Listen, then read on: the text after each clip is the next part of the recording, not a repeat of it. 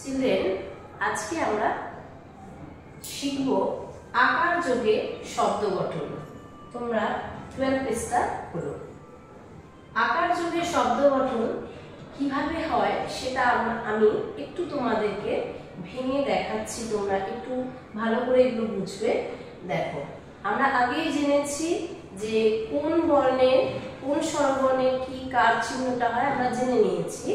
তাও এখানে এবার একটু দেখছি কিভাবে। দেখো যে ক যোগ আ, ক হলো ব্যঞ্জন বর্ণ, আ হলো স্বরবর্ণ।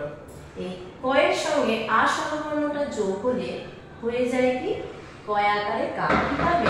এই আ যে স্বরবর্ণটা এটা উঠে গিয়ে তার চিহ্ন কি হলো এইচ দাগটা, এটা হলো আকার। তাই মানে আয়ের পরিবর্তে এই চিহ্নটা বসেছে, হয়ে গেল কি কয় আকারে কা।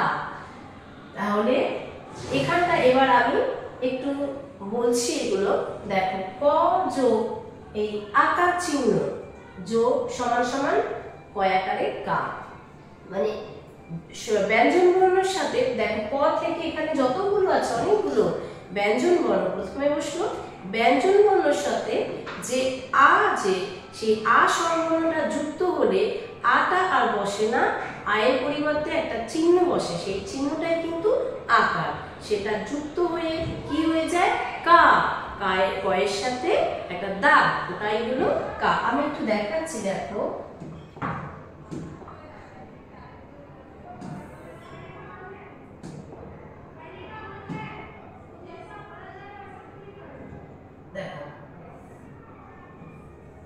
ক প্রথমে এটা হলো ক ব্যঞ্জন বর্ণ, এর সঙ্গে যোগ করব আ এই স্বরবর্ণটা।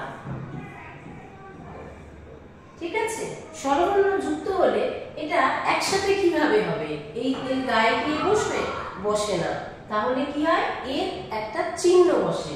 এই চিহ্নটা কিরকম? এর পরিবর্তে বসে ক, এই যোগ এই আয়ের চিহ্ন। কি আয়ের চিহ্ন হলো এটা, এইভাবে বসতে পারে, কিন্তু এতে গায়ে বসতে পারে না, তাই এই চিহ্নটা বসতে পারে, সেই জন্য এইভাবে হলো। এর সঙ্গে হয়ে গেল কি তাহলে সমান সমান চিহ্ন দিয়ে ক, এই আকার যুক্ত হয়ে গেল। বোঝা গেল তাহলে যে ক যোগ আকার সমান সমান কা, খ যোগ আকার খা, গ যোগ আকার গা, ঘ যোগ আকার ঘা। এইভাবে কিন্তু সমস্ত ব্যঞ্জন বর্ণের সাথে আকার যুক্ত করলে আ উচ্চারণটা হয়। ক যোগ আকার কা, খা, গা, খা, এইভাবে উচ্চারণটা হয়। এবার আমরা ছবির সাথে শিখি। দেখো, ছয় আকারে ছা হলো ছা, যোগ কয় আকারে তা, এদিকে ছা এদিকে তা, সমান সমান চিহ্ন দিয়ে একসাথে যোগ চিহ্নটা উঠে গেল। যোগ চিহ্নটা উঠে গিয়ে সমান চিহ্ন দিয়ে কি হলো? দেখো, এদিকে ছা আর এদিকে তা, কি করে হলো? ছা তা। দেখো এখানটা, দেখো ছয় আকারে ছা আর এদিকে ছিল তা, এই যোগ চিহ্নটা উঠে গিয়ে দেখো হয়ে গেল এইটা আর এটা পাশাপাশি বসে হয়ে গেল ছাতা। বুঝতে পেরেছো তাহলে? আর আমরা তখন কিভাবে বলি? ফার্স্ট বলি ছাতা, ছাতা, এভাবে বলি না, কি বলি? ছাতা। একসাথে খুব তাড়াতাড়ি উচ্চারণটা করি ছাতা, মাঝে কোনো রকম স্পেস দিই না উচ্চারণে। এবার দেখো কা, কয় আকারে কা যোগ দন্ত ন, তাহলে কায়ের উচ্চারণ তো কা, তার সাথে নয়ের উচ্চারণ কি? নয় তো কোনো আকার নেই, তাহলে নয়ের উচ্চারণ নয়ই হবে। তাহলে কা আর এদিকে ন হয়ে গেল কি সমান সমান চিহ্ন দিয়ে কান।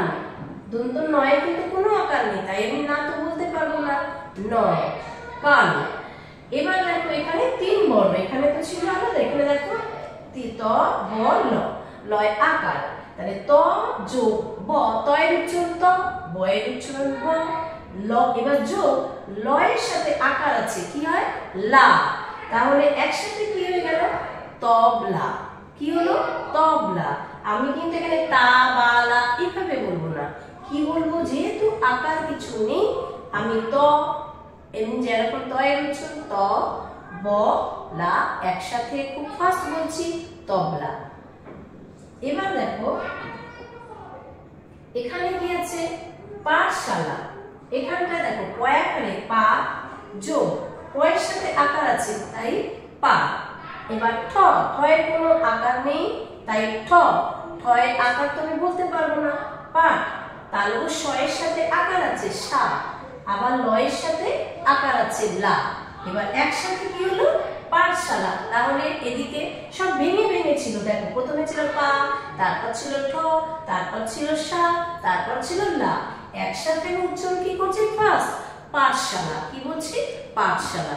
তাহলে তোমরা নিশ্চয়ই বুঝতে পেরেছো যে আকার যুক্ত করলে কিভাবে, বর্ণের সাথে আকার যুক্ত করলে কি উচ্চারণ হয় এবং সেই আকার যোগ দিয়ে কিভাবে শব্দ গঠন হয়, তোমরা কিন্তু আজকে শিখলে।